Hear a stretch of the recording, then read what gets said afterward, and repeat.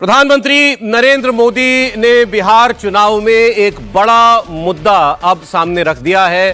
प्रधानमंत्री नरेंद्र मोदी को कांग्रेस पार्टी की वोटर अधिकार यात्रा के मंच से गाली दी गई थी, उनकी माताजी को गाली दी गई थी और इसके बाद यह खूब चर्चा हुई कि क्या एक लाइन इसके बारे में कहनी चाहिए राहुल गांधी को या तेजस्वी यादव को या लालू यादव को, कि जो हुआ वो नहीं होना चाहिए था।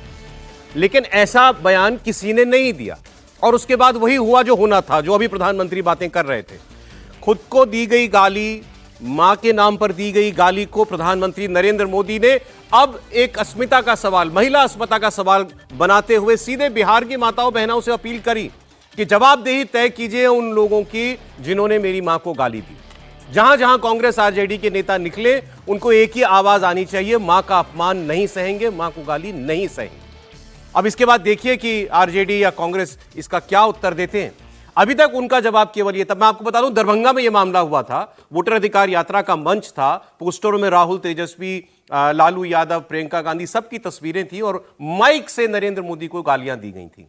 उसके बाद आपने यह भी देखा बीजेपी और कांग्रेस के कार्यकर्ता कई जगहों पर आमने सामने आ गए, भिड़ गए आपस में। अब यह बिहार के चुनाव में बड़ा मुद्दा प्रधानमंत्री ने और बना दिया है। पिछले आधे घंटे से वो इस विषय पर बोल रहे थे। उनका यह मौका था बिहार में ग्रामीण महिला उद्यमियों के लिए एक स्कीम अनाउंस करने का। वो जिनसे बात कर रहे थे उनके सामने सब बिहार की आम महिलाएं बैठी हुई थी और वहां वो ये सारी बातें कह रहे थे। हर्षवर्धन त्रिपाठी जी, विजय त्रिवेदी जी, विनोद अग्निहोत्री जी, समीर चौगांवकर साहब प्रोग्राम में आ गए, तभी ये उनका भाषण शुरू हुआ था। अब बताइए, जो मोदी जी ने जिस लेवल पर इस मुद्दे को लाकर के खड़ा कर दिया है, क्या इसके लिए कांग्रेस आरजेडी ही जिम्मेदार है और क्या वो इससे बच सकते थे? त्रिपाठी जी। देखिए, मुझे लगता है कि आज प्रधानमंत्री नरेंद्र मोदी की उस क्षमता को देश ने एक बार फिर देखा है कि मुद्दा कैसे कितना बड़ा कर दिया जाता है। किसी को भी आप माँ की गाली दे दें तो कोई भी गुस्से में आएगा, गाली दे देगा। हो सकता है मारपीट पर आमादा हो जाए, हो सकता है कुछ और गुस्से में वो बोल जाए, लेकिन उसको देश भर की माँओं से जोड़ देना, महिलाओं के सशक्तिकरण के एक कार्यक्रम में वो जुड़े हुए थे। आज तो किसी को कल्पना भी नहीं रही होगी कि वो ये वाला पॉलिटिकल बात करने जा रहा है। छठी मैया से जोड़ देना, नवरात्रि से जोड़ देना और उसके बाद जिस तरह से उन्होंने इसको पूरी तरह से पॉलिटिकल कैंपेन में कन्वर्ट कर दिया है। यानी जाते जाते उन्होंने जहां से शुरू किया, अपनी मां के संघर्ष की बात की, अपने जीवन में क्या उनकी मां की भूमिका रही उसकी बात की और उसके बाद उन्होंने बिहार की महिलाओं से जोड़ दिया। अब जब ये नारे के तौर पर चला गया तो इसका जवाब कौन देगा, कैसे देगा, यह बड़ा सवाल नहीं है। बड़ा सवाल यह है, क्या तेजस्वी यादव के लिए 2020 मूवमेंट रिपीट हो गया? 2020 में राहुल गांधी ने जब सभाएं शुरू की थी, और मैं बार बार कहता हूं कि ये जो वोट अधिकार यात्रा थी, दरअसल राहुल गांधी छवि निर्माण यात्रा थी, लेकिन क्या तेजस्वी की छवि बिगाड़ो यात्रा थी? क्योंकि ये जो नरेंद्र मोदी को गाली दी गई और उस गाली के बाद राहुल गांधी ने माफी मांगने की बजाय क्या कहा? सत्य, अहिंसा, संविधान। अरे भाई, कहीं तो सही से जवाब दिया करो। कुछ भी बात हो, सत्य, अहिंसा, संविधान चिल्लाने लगते हो और उसके बाद तू तड़ाक कोई कुछ बोल देना। तो मुझे तो लगता है कि ओवरऑल कांग्रेस पार्टी का जो आज का कैरेक्टर, जिसको मैं बार बार कहता हूं कि कांग्रेस नहीं, ये राहुल कांग्रेस है, राहुल कांग्रेस के कैरेक्टर पर और उस कैरेक्टर में सहभागी तेजस्वी यादव की पार्टी को सीधे नरेंद्र मोदी ने निशाने पर लिया है। और मैं फिर कह रहा हूं, ये इस तरह से आएगा, इसकी कल्पना भी नहीं रही। लेकिन क्या ये कोई चुनावी मुद्दा हो सकता है? नहीं, क्यों इसका नहीं? असर होगा क्या? नहीं, क्यों नहीं होगा? मतलब इसको आप यूं देखिए ना, जिसे किसी को भी आप ये कहिए, हर कोई ये जानता है कि भाई ठीक है, गाली गलौज हो जाती है, सामान्य बात है। लेकिन जब कोई इस तरह से, और आप क्या कह रहे हैं, लोकतंत्र के सबसे पवित्र कार्य के लिए आप बीड़ा उठाकर निकले थे। आप कह रहे थे कि हम मतदाता सूची का शुद्धिकरण नहीं हो रहा है उसके लिए, और उसमें आप प्रधानमंत्री को मां की गाली दे देंगे। तो ये मुद्दा निश्चित तौर पर बनेगा और इसका असर, बिहार बड़ा भावनात्मक प्रदेश है, वहां निश्चित तौर पर ये पड़ेगा। अब देखिए, प्रधानमंत्री जब उन्होंने बात शुरू की तो उसके बाद, जैसा अभी हर्षवर्धन जी ठीक कह रहे थे, बताया कि मेरी माँ कितनी गरीबी में अपने बच्चों को उन्होंने पाला, कैसे परवरिश की, अपने लिए सारे दुख उसने जो है सहे ताकि बच्चे मेरे ठीक से रह सकें, जी सकें। एक साड़ी तक कभी नहीं खरीदती थी मेरी माँ अपने लिए। मतलब एक अलग ही इमोशनल लेवल पर इस बात को उनका ले जाना, और फिर ये उसका कॉन्ट्रास्ट कि ये बेटे का दर्द, जिसकी माँ को गाली दी गई, ये नामदार नहीं समझ सकते, ये शाही खानदान के युवराज नहीं समझ सकते। मतलब राहुल गांधी और तेजस्वी यादव दोनों को वो शाही खानदान के युवराज कहते हैं। और उन्होंने ये कहा कि भाई इनकी पीड़ा तो ये है कि कैसे एक पिछड़े घर का गरीब मां का बेटा यहां तक पहुंच गया और ये उसको हटा नहीं पा रहे। अब ये जो इमोशनल कनेक्ट है, क्या ये भारी पड़ जाएगा विपक्ष को चुनाव के अंदर? सर नहीं, देखिए, नैरेटिव बनाया है प्रधानमंत्री जी ने, और मोदी जी नैरेटिव बनाने में, नैरेटिव बदलने में और नया नैरेटिव गढ़ने में, उसमें वो महारथी हैं।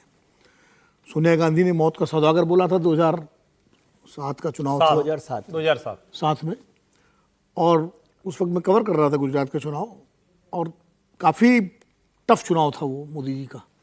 लेकिन वो मौत के सौदागर को उन्होंने ऐसा ज़बरदस्त नैरेटिव बनाया कि जो सेंटीमेंट कांग्रेस के पक्ष में जाने का लग रहा था जी, वो बदल गया और मोदी जी के पक्ष में हो गया। तो लगभग वही स्थिति इस बार फिर उन्होंने कोशिश की बनाने की। बस एक फ़र्क ये है कि बिहार में ये जहाँ पर ये घटना हुई है, अब जिस तरह प्रधानमंत्री जी ने पूरा बोला, और जाहिर है पीड़ा उनको हुई होगी, और किसी को भी पीड़ा हो सकती है, किसी की माँ के बारे में अगर अपशब्द कहे जाएं या माँ को टारगेट करके गाली दी जाए तो स्वाभाविक रूप से पीड़ा होगी, उनको भी पीड़ा हुई और उस पीड़ा को उन्होंने, उस दर्द को साझा भी किया है। लेकिन ये भी लोगों ने देखा है कि वो गाली देने वाला कौन है। क्या राहुल गांधी ने गाली दी, या तेजस्वी ने गाली दी, या उनके किसी बड़े नेता ने गाली दी? गाली देने वाला तो उस मंच से था जिस मंच पर वो गए भी नहीं थे, और रास्ते का मंच था, और वो पुलिस की हिरासत में आ गया, पकड़ लिया पुलिस ने जी। अब अभी तक यही स्टेब्लिश नहीं हो पाया कि किस पार्टी का सदस्य था वो। पुलिस ने यही बताया कि पंचर बनाता था या पिकअप ड्राइवर था, और तो कोई आया नहीं। तो कितना ये सच्चाई भी बिहार के लोग तो जान ही रहे होंगे, ऐसा तो है नहीं, सोशल मीडिया का जमाना है, और जो कांग्रेस और आरजेडी है वो भी इस बात को प्रचारित करेंगे। तो उसके बाद इसका कितना असर होता है, निश्चित रूप से एक इमोशनल अपील उन्होंने की है, महिलाओं को जो है संबोधित कर रहे थे, और महिलाओं के सशक्तिकरण की कोई स्कीम है जिसको लॉन्च कर रहे थे। ये इससे बेहतर मौका हो भी नहीं सकता था, क्योंकि ऑडियंस में सारी महिलाएं थी और प्रधानमंत्री जी वीडियो कॉन्फ्रेंसिंग के लिए संबोधित कर रहे थे। तो उन्होंने पूरा एक अपना दर्द साझा करते हुए इसको एक भावनात्मक मुद्दा बना के एक नारा भी दे दिया कि माँ को गाली नहीं सहेंगे, माँ का अपमान नहीं सहेंगे, और आरजेडी और कांग्रेस के बारे में भी, आरजेडी का अत्याचार नहीं सहेंगे, कांग्रेस का वार नहीं सहेंगे। तो एक तरह से नारा दे दिया, साथ में अपील भी कर दी कि जहां कांग्रेस और आरजेडी के नेता जाएं तो उनके विरोध में प्रदर्शन करें लोग, इस तरह का वो। सर आपने जैसे कहा ना, बात तो विमर्श बनाने की है कि भाई किसकी बात घर कर रही है लोगों के बीच में। तो अभी उन्होंने एक विमर्श बनाया है, ठीक। लेकिन जो बात ठीक बात है, राहुल गांधी ने गाली नहीं दी, तेजस्वी यादव ने गाली नहीं दी, मंच तो कांग्रेस पार्टी का था। इसकी सफाई, वो कार्यकर्ता भी कांग्रेस का था। इसको थोड़ा तथ्य एस्टेब्लिश नहीं हुआ है। नहीं, मैं बता रहा हूं, सोशल मीडिया पर कांग्रेस के आईटी सेल ने उसको भाजपा कार्यकर्ता बना के प्रचारित किया। नेक मोहम्मद रिजवी मध्य प्रदेश भाजपा का कार्यकर्ता, अल्पसंख्यक मोर्चा से, उसने एफआईआर कराई। ये कांग्रेस का कार्यकर्ता पकड़ा गया है। नौशाद मंच ऑर्गेनाइजर था, और वो रिजवी जिसने नारा लगाया था। नहीं, अभी तक पुलिस का जो बयान आया उसमें इसका कांग्रेस कार्यकर्ता के रूप में कोई लिंक नहीं जारी हुआ है। नौशाद जरूर कांग्रेस पदाधिकारी था जिसका मंच था, सर, वो यूथ कांग्रेस का। ये पुलिस के एसडीओ का बयान है वहां का। सर मुझे बताइए ना, अगर कांग्रेस और आरजेडी आकर ये कहे भी कि भाई हमारा कार्यकर्ता नहीं था, फिर बात तो वो ये झंडे डंडे किसके हैं, मंच किसका है? उस मंच पर माइक था जहां से गाली दी गई, और जनता क्या बात सुनना, जनता को क्या चीज लगेगी सच, कि भाई कांग्रेस आरजेडी ये कहते रहे तो बहुत छोटी सी बात है, छोटी सी बात को तिल का ताड़ बना रहे हैं। ये कहा गया ना कांग्रेस आरजेडी की तरफ से, प्रधानमंत्री ने उसको देश की मां के साथ जोड़ दिया। देखिए, हर्षवर्धन जी ने बहुत ठीक से उनको, प्रधानमंत्री जी को एक तरह से डिस्क्राइब किया कि वो किसी भी इशू को किस तरह से रख सकते हैं। एक तो ये तो जो पूरा इशू है, लेकिन मैं उसको इसलिए पहले नहीं कर रहा क्योंकि मामला ही गंभीर था। हम लोगों ने पहले भी चर्चा की कि राहुल जी को या तेजस्वी जी को या जो भी लोग थे जिम्मेदार, उनको इसमें माफ़ी मांगनी चाहिए थी और कहना चाहिए था कि एक्शन लेना चाहिए। ये कोई ऐसा बड़ा इशू नहीं, कोई क्रिमिनल केस नहीं हो रहा है। एक सद्भाव की भी बात है, एक सम्मान की भी बात है, परंपरा की बात है कि माँ को लेकर कोई बात करना, मतलब ये गंभीर बड़ा नैरेटिव बना दिया। तब भी मैं नहीं बनाते, तब भी ये बड़ा इशू था मेरे हिसाब से, और इसको और बड़ा बनाने का मौका दे दिया, बड़ा बनाने का मौका दे दिया। लेकिन मैं ये सोच रहा हूँ कि भारतीय जनता पार्टी को समझना चाहिए कि नरेंद्र मोदी उनके लीडर क्यों हैं, कि वो दिन भर लाठी भांजते रहे वहां पर, वो इशू नहीं बन पाया। प्रधानमंत्री ने जिस तरह से पूरे उसको एक कैनवास में समेटा और एक्सप्रेशन दिया है कि माँ का मतलब क्या है, माँ से क्या चीज़ें जुड़ी हुई हैं, शक्ति की बात की और सम्मान की बात की, तमाम तरीके की बात करके उसको एक बड़ा नैरेटिव बनाने की एक्सरसाइज की है, कोशिश की है। उसका नतीजा क्या होगा मैं उस पर नहीं जा रहा, लेकिन जो बीजेपी को भी समझना चाहिए कि बीजेपी ने इस नैरेटिव पर ही नहीं आए, वो केवल एक सीधे जो बदतमीजी वहां हुई उसके जवाब के तौर पर, मैं बदतमीजी नहीं कर रहा, लेकिन उसके जवाब के तौर पर एक पॉलिटिकल हंगामा उन्होंने अभी आप किया। कह रहे थे 2007 गुजरात में ऐसे ही चुनाव जो है वो चला गया था, पूरा का पूरा अभी ये भी कह रहे थे मुझसे। हाँ, मौत का सौदागर वाला जो था। नहीं, तो उस समय जो एक बात उन्होंने कही थी, उस बात को आज उन्होंने रिपीट किया। मैं याद करता हूँ जब उन्होंने कहा था कि गुजरात में कहा था कि भाई माँ को नींद नहीं आती क्योंकि उसका बेटा शाम को घर लौटेगा कि नहीं लौटेगा, अच्छा, अपराध पर। तो बिहार जंगल राज गुजरात में, नहीं तो बिहार में बोला, लालू जी के मैं ये जंगल कह रहा हूँ कि गुजरात में यही कैंपेन बनाया था उन्होंने 2002 के चुनाव में, है ना। और उस समय ये कहा कि भाई ये सबसे बड़ी चिंता है कानून व्यवस्था, और वही कानून व्यवस्था को लेकर वो बिहार के जंगल राज पर लालू यादव के साथ आ गए हैं, तेजस्वी के साथ आ गए। लेकिन माँ का नैरेटिव कितना चुनावी मतलब नतीजे में बदलेगा उसका मैं नहीं कह सकता, लेकिन ये एक नैरेटिव उन्होंने नए तरीके से दे दिया है, और वो नीतीश कुमार के लिए ढाल के तौर पे भी काम करेगा कि अभी आप बात करेंगे उनके पूरे प्रशासन की, उससे बेहतर है कि पहले इस वो आ गए ना, देखिए माँ के अपमान के बाद फिर वो आ गए माँ की चिंता पर, माँ की चिंता पर कि आरजेडी वाले वो हैं जिनके दौर में तो माँ को ये चिंता होती थी बेटा शाम को घर लौटेगा कि नहीं इसीलिए मैंने कहा कि लौटेगा, मेरा उसका सुहाग जिक्र- सलामत रहेगा कि नहीं रहेगा। और हम बड़ी मुश्किल से बड़ी दूर बिहार को ले आए हैं उस अंधेरी दुनिया से जो लालू राज, जिसको लालू और राबड़ी देवी राज जो है और वो आज कहा इसको जाता है। नॉन सीरियसली मत लीजिए। आप याद कीजिए मणिशंकर अय्यर का 2014 का बयान जो चाय वाला था, जो इससे बहुत कम गंभीर है, मैं उसको मानता हूं, मतलब उसको और इसको कंपेयर भी नहीं कर सकता। लेकिन 2014 में मणिशंकर अय्यर ने, और शायद उनकी वो मंशा उस तरह ठीक नहीं थी, लेकिन उसने पूरे चुनाव की हवा बदल दी। आज भी उन्होंने वो उनका दूसरा बयान याद कराया ना कि मुझे कभी नीच कहते हाँ, हैं, नीच कहते हैं। नाली का कीड़ा कहते हैं, और फिर वही ये नामदार कामदार, ये बड़े खानदान के लोग हैं। मणिशंकर अय्यर के बयान के साथ साथ आपको याद होगा 2014 में प्रियंका गांधी ने भी एक बयान दे दिया था उत्तर प्रदेश में नीच राजनीति का, जिसको भी उन्होंने एक नैरेटिव बनाया था। जी, अब ये भी समीर जी कहा उन्होंने कि मोदी तो माफ कर भी दे कि चलो मुझे गाली दी, मेरी मां को गाली दी, देश माफ नहीं करेगा। देखिए, राहुल गांधी अभी वोट अधिकार यात्रा निकाल रहे थे और समापन पर उन्होंने कहा कि अभी तो एटम बम गिरा है, हाइड्रोजन बम आने वाला है अभी। तो प्रधानमंत्री मोदी ने आज कांग्रेस और आरजेडी के ऊपर एक हाइड्रोजन बम गिरा दिया, जिस तरीके से उन्होंने बात का जिक्र किया है, जिस तरीके से पूरे मैटर को जिस तरीके से लेके गए। सिर्फ राहुल गांधी को क्या करना था, राहुल गांधी को जिस दिन ये मामला आया था एक लाइन का ट्वीट करना था कि इस बात का हम समर्थन नहीं करते, कांग्रेस इस विचारधारा का समर्थन नहीं करते, प्रधानमंत्री माँ की को जो गाली दी गई है उसका हम समर्थन नहीं करते, उनकी माँ हमारी माँ है। अगर वो ये एक लाइन का ट्वीट कर देते राहुल गांधी, कांग्रेस के अध्यक्ष मल्लिकार्जुन खड़गे इस बात का ट्वीट कर देते, तो मुझे लग रहा है कि आज प्रधानमंत्री मोदी को इतना कहने की जरूरत नहीं पड़ती और आज ये बड़ा इतना मामला नहीं बढ़ता।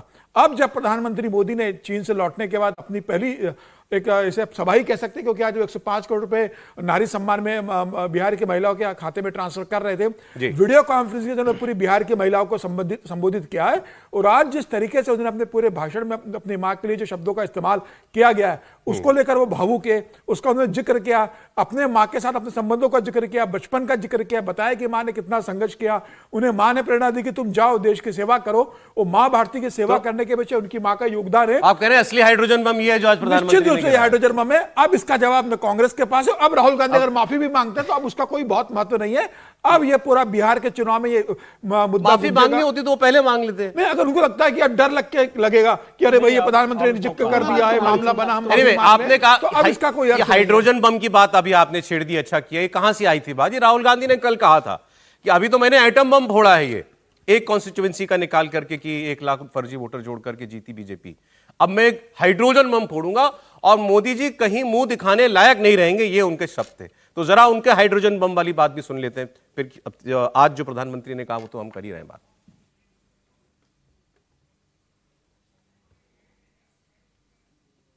ये क्रांतिकारी प्रदेश है, इसने पूरे देश को मैसेज दिया कि वोट चोरी नहीं होने देंगे। और ये जो आपने बिहार में किया है, हमारी जो मदद की, ये पूरे देश में फैल गई है, कोने कोने में फैल गई है। आने वाले समय में मैं आपको गारंटी करके दे रहा हूं, हाइड्रोजन बम के बाद नरेंद्र मोदी जी अपना चेहरा इस देश को नहीं दिखा पाएंगे।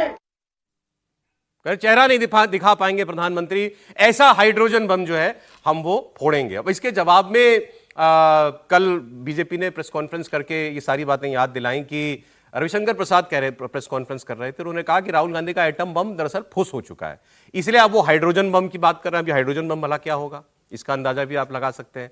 फिर आगे उन्होंने ये कहा कि राहुल गांधी को थोड़ी मैच्योरिटी दिखानी चाहिए, वो विपक्ष के नेता हैं, अपना अपने पद की गरिमा का ख्याल रखें, अपने आप को, अपने सर को इतना नीचे न ले जाएं। इसको आप सीधे जोड़ सकते हैं जो आज प्रधानमंत्री ने कहा। इस मंच में हम लोग जितने लोग बैठे हैं सबने ये कहा था कि कांग्रेस के लिए ये जो हुआ वो नुकसानदेह साबित हो सकता है। अब इसका डैमेज कंट्रोल करना तो उनके हाथ में था। एक लाइन का केवल ट्वीट होना था, कोई भी कर सकता था, राहुल जी, प्रियंका जी या तेजस्वी यादव, कि जो हुआ उससे कोई आदमी उसका समर्थन नहीं उसका करता। बेहतर डैमेज कंट्रोल ये होता किसी भी कि सभा में तुरंत राहुल गांधी का बयान आता, वो इसके लिए कहते कि गलत हुआ है, हमारे मंच से हुआ, हालांकि इस मंच में मैं नहीं था, लेकिन फिर भी हमारे मंच से हुआ, इसके लिए हम खेद व्यक्त करते हैं। और तुरंत अपने कार्यकर्ताओं से कहते हैं कि उस व्यक्ति के खिलाफ पुलिस में कंप्लेंट कराइए और एफआईआर कराइए। अब सुनिए जरा, ये बीजेपी ने जो राहुल गांधी पर कल वार किया कि बहुत निचले स्तर पर राजनीति को ले जा रहे हैं। मित्रों, राहुल गांधी को जब भी सुनता हूं, संसद के अंदर या संसद के बाहर, तो मुझे कई प्रकार के एंटीना को खोलना पड़ता है उनकी बात को समझने के लिए। आज उन्होंने कहा मैंने एटम बम फोड़ा है, अब मैं हाइड्रोजन बम फोड़ूंगा। अभी तक तो दुनिया में हाइड्रोजन बम नहीं फटा है, तो राहुल गांधी फोड़ने की बात कर रहे हैं। अगर चुनाव के गणना को लेकर उनका कर्नाटक का एटम बम था तो फुस हो गया, वो दिवाली का एक छोटा पटाखा भी नहीं निकला। राहुल गांधी जी, क्या हो गया है? इतना अपने को आप हल्का क्यों बना रहे हैं? याद है ना, मोहब्बत की दुकान लेके चले थे अपनी यात्रा में, याद है कि भूल गए आप लोग? उस मोहब्बत की दुकान में कितना नफरत परोसा, ये भी आप जानते हैं। नफरत ही परोसे, अब आप एटम बम और हाइड्रोजन बम की बात बोलते हैं। यह देश को समझना चाहिए, राहुल गांधी गैर जिम्मेवार हैं। तो बीजेपी कह रही है राहुल गांधी थोड़ा मैच्योर हो जाए, राहुल गांधी को थोड़ा परिपक्व व्यवहार करना चाहिए, और मोहब्बत की दुकान नहीं, ये केवल नफरत का सामान रखते हैं। ये तो इस प्रकरण से साफ हुआ। ये बीजेपी अब एक पार्टी भी है, प्राइम मिनिस्टर खुद अब उस मुद्दे को ले गए जाना था। नहीं, देखिए, पता नहीं अब चूंकि कांग्रेस पार्टी के लोग इतना कुछ अगर कर रहे हैं, वो सिर्फ गाली गलौज, अराजकता, मारामारी, और अजय राय तो जो बोल गए थे वो उसको समझिए, फिर खुद राहुल गांधी जिस तरह से बोलते हैं। और अभी कल हम लोग जब कहानी कुर्सी की बात कर रहे थे तो वो पूछा रिपोर्टर ने कि भाई SCO समिट हुआ, उस पर आपकी क्या राय है, मोदी जी लौट आए हैं। तो उनके बोलने का अंदाज जो था, मतलब वो कभी भी कोई किसी प्रधानमंत्री के लिए किसी नेता प्रति, अच्छा वोट चोर, मतलब बोलने का भी जो अंदाज था ना, वो बहुत, तो जो मेच्योरिटी शब्द रविशंकर जी बोल रहे हैं, ये तो लगातार देश को अपेक्षा है। और अपेक्षा इसलिए नहीं है, आप अपनी पार्टी में क्या करें कैसे करें वो अलग बात है, आप नेता प्रतिपक्ष हैं। 52-54 से 99 तक की यात्रा हुई। लेकिन सौरभ जी, जरा ध्यान देना चाहिए, हम लोग चर्चा कर रहे हैं बार बार कि माफी क्यों नहीं मांग लिया। माफी नहीं मांग लिया नहीं हुआ है, बाकायदा उसके पक्ष में नैरेटिव बनाया गया। कांग्रेस के बड़े बड़े नेता, पूरी IT सेल भाजपा का नेता बताकर उसको झूठा फर्जी फैलाया, शिवराज सिंह चौहान के साथ फैलाया। फिर राहुल गांधी की वो पोस्ट आती है जिसमें सत्य अहिंसा संविधान कहते हैं, और उसके बाद भी अभी भी कांग्रेस के नेता हंसते हुए मजाक लेते हुए कहते हैं अच्छा वो पता नहीं किसका कार्यकर्ता था, हम क्या जाने। पवन खेड़ा का बयान याद कीजिए, यही इसी लाइन पर उन्होंने दिया था। सवाल यहां ये है ही नहीं कि क्या राहुल गांधी ने दिया, प्रियंका ने दिया, इतना बड़ा नेता थोड़ी नहीं काम करेगा। लेकिन अगर उस मंच से हुआ तो निश्चित तौर पर वो पीड़ा लोगों को है। और जो मैच्योरिटी की बात है वो तो बार बार लोग उम्मीद कर रहे हैं, लेकिन अब तो कह रहे हैं कि भाई हम इसी अंदाज में चलेंगे, टी-शर्ट पहन के, अब कैप पहन के, थोड़ा अंदाज बदल गया। राहुल गांधी ने तो देखिए, इस यात्रा का मकसद उनका ये था कि मुझे नरेंद्र मोदी को वोट चोर कहना है और ये नारे लगवाने हैं, वो उनका काम उन्होंने किया।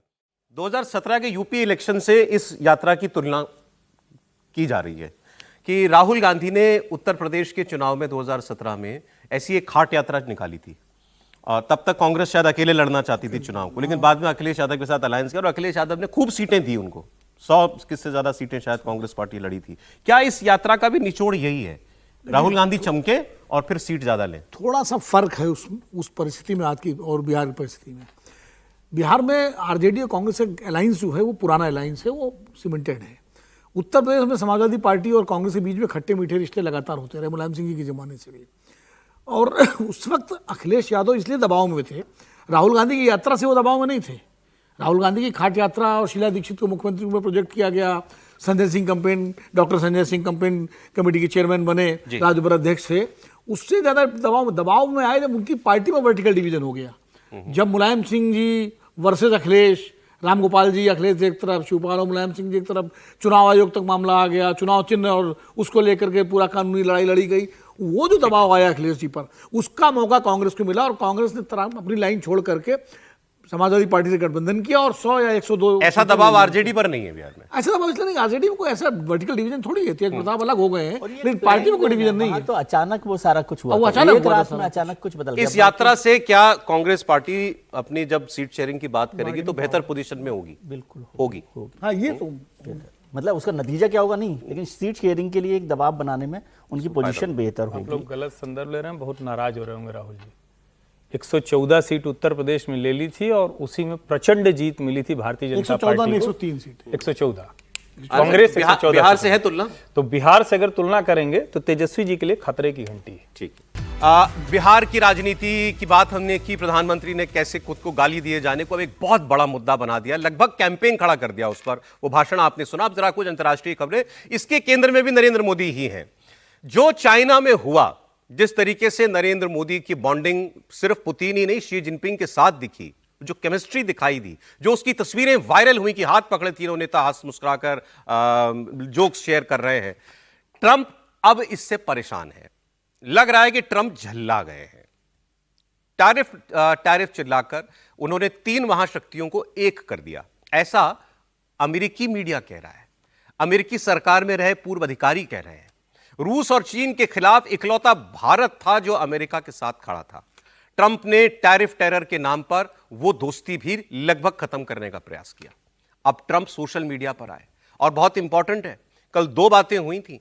आपको मालूम है कि कल जब ये एससीओ समिट में प्रधानमंत्री को बोलना था और उसके बाद रूस के राष्ट्रपति से उनकी मीटिंग होनी थी, उससे ठीक पहले भारत में अमेरिकी एम्बेसी ने भारत अमेरिका दोस्ती के कसीदों पढ़ते हुए अपने विदेश मंत्री का एक कोट डाला सोशल मीडिया पर, ठीक मीटिंग से पहले। और इन मीटिंग्स के बाद ट्रंप जागे और ट्रंप ने फिर पोस्ट किया और ट्रंप को पहली बार कई दिनों में ये बताना पड़ा, ये बताने के लिए रादर मजबूर होना पड़ा कि मैंने जो टैरिफ लगाए भारत पर वो क्यों लगाए। आप कहेंगे ये तो वो रोज कहते हैं कि भारत तेल खरीदता है रूस से, इसलिए हमने लगाया। इस बार मामला अलग था। आप सुनिए, भाषा सुनिए उनकी। ये भाषा जैसी बातें वो करते हैं या उनके एडमिनिस्ट्रेशन के और सरकार के लोग करते हैं, उससे कितनी टोन डाउन थी। इसीलिए हम कह रहे हैं कि असर सबको पड़ता है। उन्होंने कहा बहुत कम लोगों को यह मालूम है कि हम भारत से बहुत कम व्यापार करते हैं, लेकिन वो हमारे साथ बहुत व्यापार करते हैं।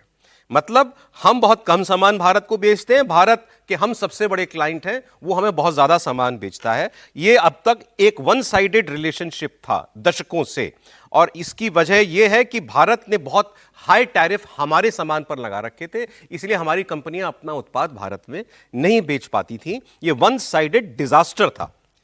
इतनी बात उनको कहनी पड़ी। और पहली लाइन में जो वो ये कह रहे हैं, what a very few people understand.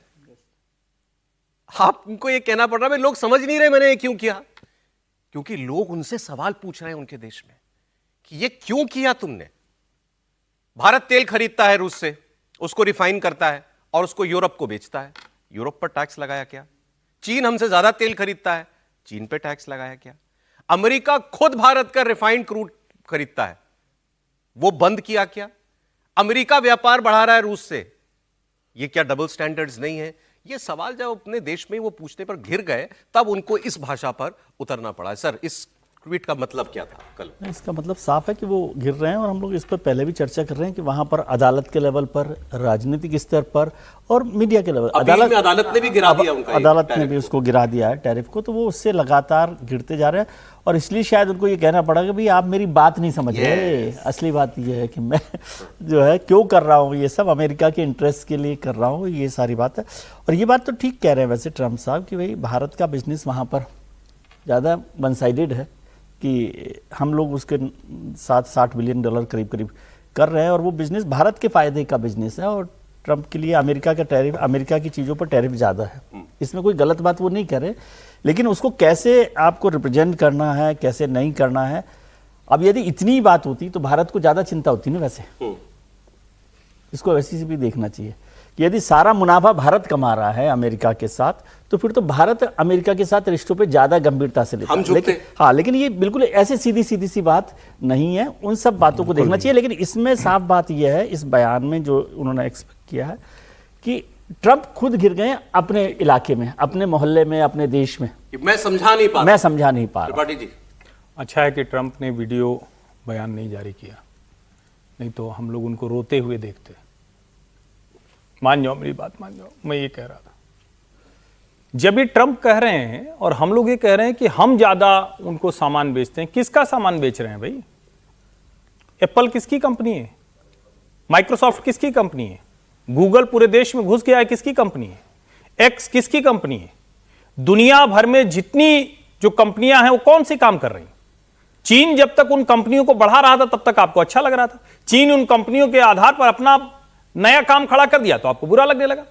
ये तो नहीं हो सकता ना। दुनिया आपकी ठेकेदारी नहीं है, जागीरदार नहीं है ना आप, कि आपने तय किया कि ठीक है हमारी कंपनी बड़ी होती रहे और हम सब कुछ तय करते रहे। ट्रंप दरअसल उस जगह खड़े हो गए जहां वो बिजनेसमैन होते हुए भी इस बिजनेस को नहीं समझ पाए। पर्सनल बिजनेस उनको आता है कि भाई हम ज्यादा बेचेंगे तभी बड़े आदमी बनेंगे, लेकिन एक कंट्रीज के बीच का बिजनेस है जहां आपकी कंपनी दूसरे देश में जाकर बड़ी होती है। अब अगर एप्पल बड़ी होगी, उसका मुनाफा एक फोन पर इतना ज्यादा है तो किसको लाभ हो रहा है? अमेरिका को लाभ हो रहा है। एससीओ समिट के बाद उसी दिन ये ट्वीट आना, ये क्या बता रहा है? देखिए, ये बड़ा दबाव है ना। अगर रशिया चाइना एक साथ भारत के साथ खड़े हैं तो कई मोर्चों पर अमेरिका का वीटो वाला जो पावर होता है वो लगभग खत्म हो जाएगा। सबसे बड़ी जो बात है, ठीक है, ये दुनिया के किसी हिस्से में किसी को भी जाकर बात समझाएंगे तो दो लोग मुस्कुराते हुए खड़े होंगे और नरेंद्र मोदी वहां दूसरी तरफ से दिखेंगे, अच्छा भाई एक आदमी है जो डेमोक्रेटिक व्यक्ति है, वो इन दोनों के साथ खड़ा हुआ है। ट्रंप ने अपना जिसको कहते हैं ना जो यूएसपी थी उसको खो दिया, उसको गंवा दिया है। ठीक है। अब ये जो वो तस्वीरें भी डालिएगा, कल जो ये तीनों बड़े नेता दुनिया के मिले, भारत, रूस और चीन के, इन तीन लीडर्स के मिलने से पूरे अमेरिका में दिखा कि उनकी नजरें इसी पर थीं। सारा मीडिया अमेरिका का वो इस एससीओ समिट की बात कर रहा था, फ्रंट पेज पर कवरेज मिली हुई थी और उसमें नरेंद्र मोदी, पुतिन और शी जिनपिंग का नाम था। अब मैं आपको कुछ उदाहरण देता हूं। न्यूयॉर्क टाइम्स ने लिखा कि एससीओ समिट इशारों इशारों में ट्रंप को मोदी का संदेश है। वॉशिंगटन पोस्ट ने लिखा कि इस समिट के जरिए शी जिनपिंग ने कूटनीतिक सूझबूझ दिखाई और यह अमेरिका के खिलाफ चीन की बड़ी कूटनीतिक मोर्चाबंदी है। इकोनॉमिस्ट ने लिखा कि भारत की शक्ति को ट्रंप भांप नहीं पाए। यह अमेरिकी अखबारों की कवरेज है सर, तो यही वजह है दबाव की भी? निश्चित रूप से भाई, दबाव इंटरनल भी होते हैं, एक्सटर्नल भी होते हैं। तो जब आपका मीडिया ये कह रहा है तो ट्रंप साहब को भी लगा कि उनकी तपस्या में कोई कमी रह गई है। वो नहीं समझा पाए अमेरिका के कोर्ट को, अमेरिका के मीडिया को कि उन्होंने जो कदम उठाया है वो अमेरिका के हित में उठाया है, तो कन्विंस नहीं कर पाए। तो वो कन्विंस करने की कोशिश कर रहे हैं। देखिए, ऐसा कहना कि भारत में चिंता नहीं है, मैं इस बात को बहुत अतिरंजित मानता हूँ।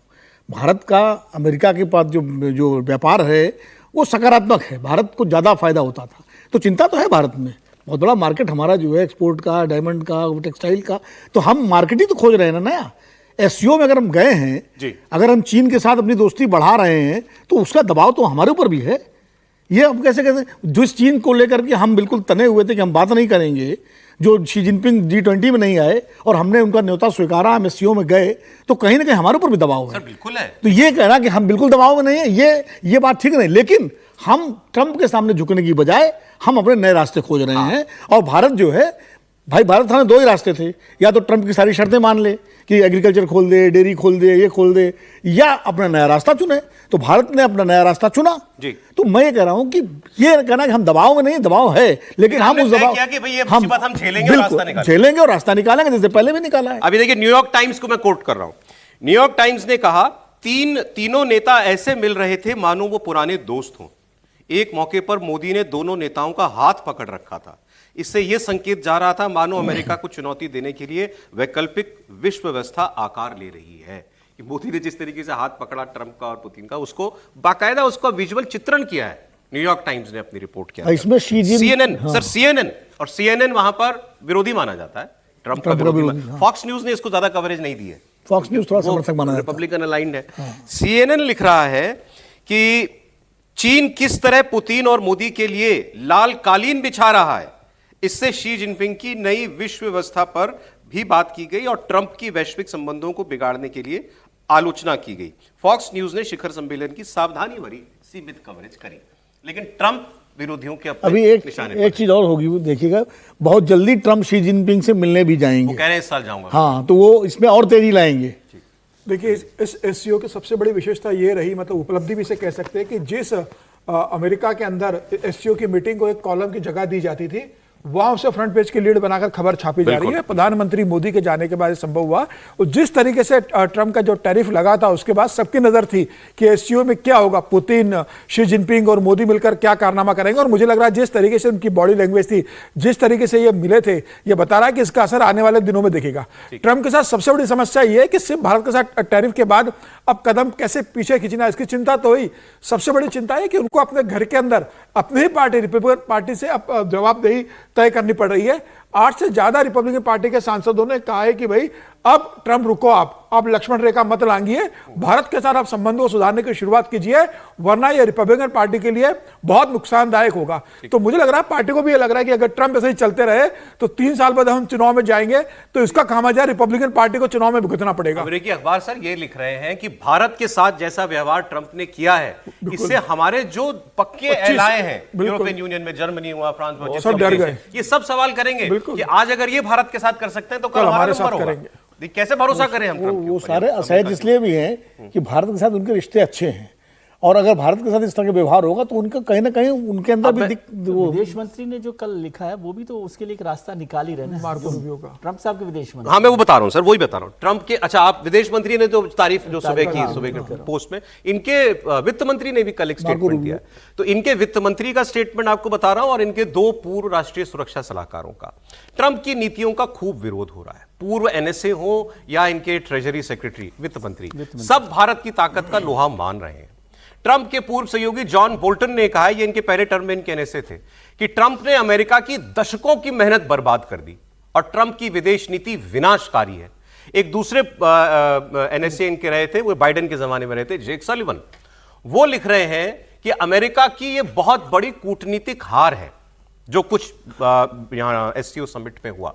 और इनके वित्त मंत्री स्कॉट बेसेंट ने कहा कि अमेरिका और भारत के रिश्तों में खटास आना दुर्भाग्यपूर्ण है, इसे ठीक कर लिया जाएगा। मैं आपको अगर एग्जैक्ट मैं उनके शब्द आपको बताऊं, India US will get this solved, says treasury secretary Besant, calls SCO performative, कि एससीओ में जो कुछ दिखा ये सब दिखावे के लिए ज्यादा था, एक परफॉर्मेंस जैसा था। इसको बहुत गंभीरता से लेने की जरूरत नहीं है, लेकिन वो कह रहे हैं कि the 2 great countries will get this solved, adding that Delhi's values are much closer to ours and China's then Russia. मतलब कि हमसे ज्यादा इनकी समानताएं हैं और हमें इससे परेशान होने की जो है वो जरूरत नहीं है।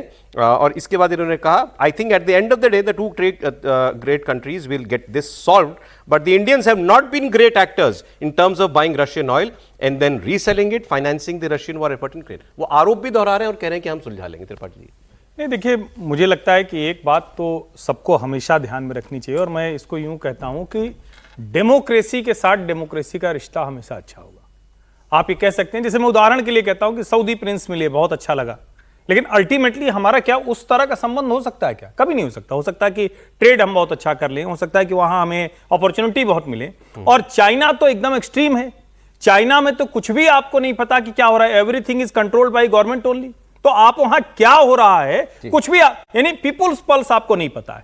मेरा यह मानना है कि आज नहीं तो कल भारत के अमेरिका के साथ रिश्ते और बेहतर और मजबूत होने वाले हैं। हो सकता है ट्रंप यू टर्न ले, या फिर उनकी जो घरेलू परिस्थितियां हैं वो उनको यू टर्न लेने पर। जेक सलिवन जो पूर्व एनएसए हैं, उन्होंने एक बहुत अहम बात और कही है एक पॉडकास्ट में अमेरिका में। उन्होंने कहा कि जो भारत के साथ किया ट्रंप ने, it is a huge strategic harm, बिल्कुल अमेरिका के लिए। फिर आगे वो ये लिखते हैं कि उनकी समझ में जो कुछ हुआ उसकी एक वजह राष्ट्रपति ट्रंप के अपने पर्सनल बिजनेस इंटरेस्ट्स हैं, खास तौर पर पाकिस्तान में जो बिटकॉइन डील इन्होंने की है, इनके परिवार ने जो की है, वो एक बहुत बड़ी वजह है कि आज इन्होंने अमेरिका पाकिस्तान को गोद में बैठा लिया है और भारत को खुद से दूर कर रहे हैं।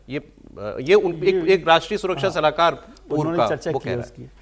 ये महत्वपूर्ण बात है। देखिए, लेकिन कोई यू टर्न नहीं है। मैं इस बात से बहुत सहमत हूँ कि अमेरिका के साथ हमने कल भी चर्चा की थी कि भारत का जो नेचुरल अलाई है, मैं अमेरिका समझता हूँ चीन के मुकाबले, और चीन पे भरोसा करने में मेरा तो अभी मन हो नहीं रहा पूरा कि कब तक हम भरोसा कर सकते नहीं कर सकते, क्योंकि अब खत्म हो गया। तो अब आप देखिएगा कि क्या कलर्स है।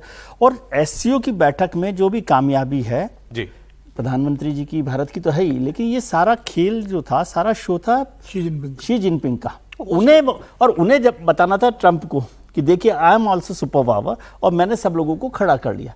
उसमें आप सबने भी मदद की और आप, भारत का फायदा ये हुआ कि भारत को अभी अभी वो नया झगड़ा हुआ था उनके साथ, तो वहां पर आप खड़े होकर ये बता सकते हो कि केवल आप ही नहीं हो जिनके भरोसे हम चल रहे हैं। लेकिन नेचुरल अलाई के तौर पे मैं यूएस को देखता हूं और फिर से होगा। इसको यू टर्न की तरह भी मत देखिए। यू टर्न क्या, यू टर्न कहेंगे तो फिर अभी तो एससीओ भी यू टर्न था।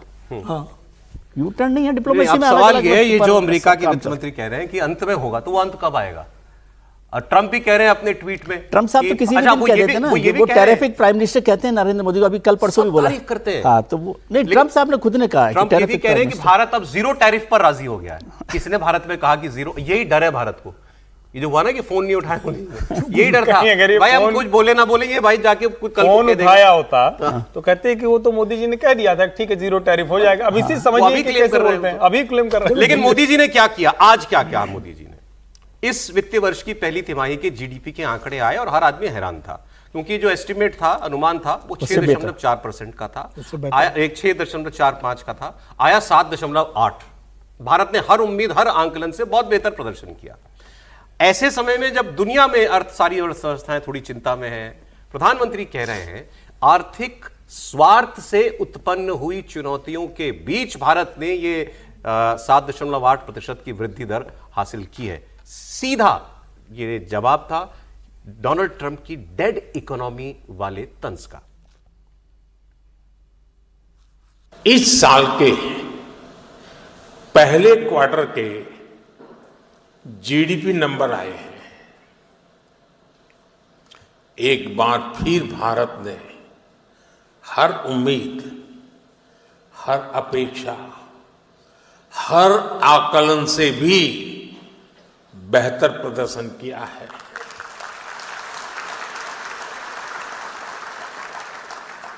एक तरफ जब दुनिया भर की इकोनॉमी में चिंताएं हैं, आर्थिक स्वार्थ से पैदा हुई चुनौतियां हैं, उस माहौल में भारत ने 7.8% की ग्रोथ हासिल करके दिखाई है। मैंने बोला अभी आपसे कि ये ट्रंप को जवाब था, तुरंत त्रिपाठी जी ने कहा आप क्यों राहुल जी को जवाब नहीं मानते हैं इस बात का? दोनों को कह सकते हैं, क्योंकि दोनों ने डेड इकोनॉमी, दोनों ने कहा। राहुल जी ने मोदी जी ट्रंप को एड्रेस करेंगे। मोदी जी जब गुजरात के चीफ मिनिस्टर थे तो वो मनमोहन सिंह को एड्रेस करते थे, केशुभाई उनको, शंकर सिंह बघेला को उनको एड्रेस नहीं करते। ये बात जो कही है ट्रंप के लिए कही है। मोदी जी जब ग्लोबल लेवल पे, एक मिनट, लेकिन एक चीज और जोड़ दूं मैं, एक अच्छी बात यह है कि आंकड़े तो उत्साह वाले हैं ही, लेकिन सबसे बड़ी बात यह है कि ट्रंप प्रशासन की जो आलोचना कर रहे हैं लोग, तो अमेरिका में कोई उनको देशद्रोही नहीं कह रहा है। कम से कम ये भी हमें सीखना चाहिए कि हमारे यहाँ भी आलोचनाएं हो तो कोई देशद्रोही ना कहे किसी को। बोलिए। तो ये भी नहीं कह रहा भारत में जाके बस जाओ, कोई वहां गिरिराज सिंह टाइप आ जाए भारत में जाके बस जाइए, भारत से बड़ा प्यार है। डोनाल्ड ट्रंप की वहाँ किस हद तक आलोचना हो रही है, उसको सचमुच वहाँ के मीडिया को जाकर देखना चाहिए। वहाँ उनको ये कहा जा रहा है कि ये गलती हो गई, ये प्रेसिडेंट रहने लायक नहीं है। इतनी तीखी टिप्पणी डोनाल्ड ट्रंप पर हो रही है। जहाँ तक रही बात, तो निश्चित तौर पर डोनाल्ड ट्रंप को एड्रेस कर रहे हैं अभी जिस तरह की स्थितियां हैं, जो अमेरिका के साथ हमारे रिश्ते हैं। लेकिन नेता प्रतिपक्ष अगर सदन से निकलते हुए कहे कि हाँ हमारी इकोनॉमी डेड इकोनॉमी तो है, आप लोगों को नहीं लगता है, रिपोर्टर से कहे, तो जवाब तो उसी को है। और देश में जब आप अपनी ही अर्थव्यवस्था को, जिस अर्थव्यवस्था में हैं आप, उसको डेड इकोनॉमी कह रहे हैं, यानी एक तरह से जिस नाव में हैं आप कह रहे हैं कि उसमें छेद। चलिए मान लेते हैं दोनों, तो इसको फिर क्या कहें? मान लेते हैं दोनों। नहीं, राहुल जी एक तस्वीर आपको और दिखा देता हूं, ये भी अच्छी तस्वीर है, जरा मुझे दिखाइएगा सेमीकंडक्टर वाला। आज सेमीकंडक्टर की दुनिया में भारत ने अपना पहला पक्का कदम रख दिया। नरेंद्र मोदी ने मंगलवार को कहा कि दुनिया अब भारत पर भरोसा करती है और देश के साथ मिलकर सेमीकंडक्टर उद्योग का भविष्य बनाने के लिए तैयार है। और इस मौके पर उनको भारत में निर्मित पहली चिप, सेमीकंडक्टर चिप, वो उनको आज दी गई है।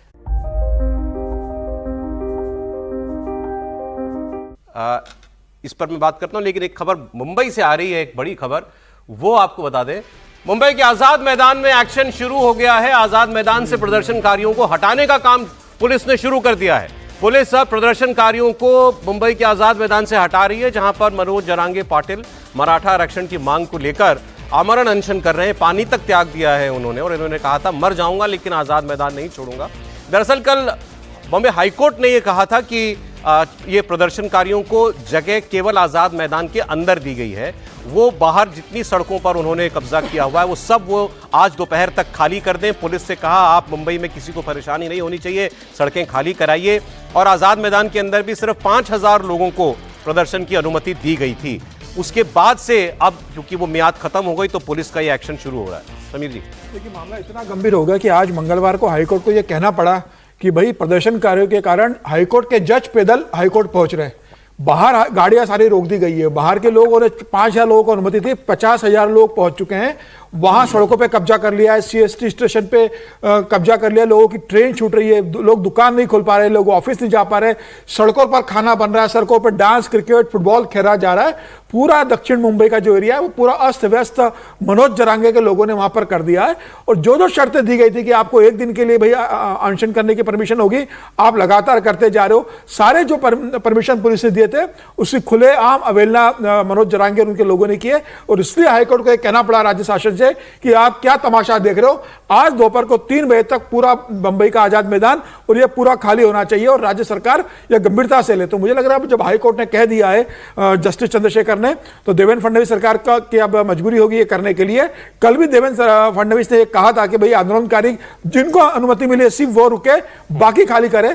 लेकिन मुझे लग रहा है ये पूरा एक राजनीतिक मामला तूल पकड़ते चला गया है। पुलिस और जो आंदोलनकारी हैं वो अभी तो खैर पुलिस लगता है सिर्फ समझा रही है, कह रही है, पुलिस समझाएगी भाई इतने लोग आए हो। पुलिस कहेगी कि जब आपसे कह दिया गया है कि आप खाली कर दीजिए, आपको कह दिया गया है कि आप खारघर में आप नवी मुंबई में आप आंदोलन कीजिए, आपको वहां जगह दे दी गई है, आप वहां क्यों नहीं जा रहे हो? जब आपको एक दिन की परमिशन मांगी थी, हमने एक दिन की परमिशन दी।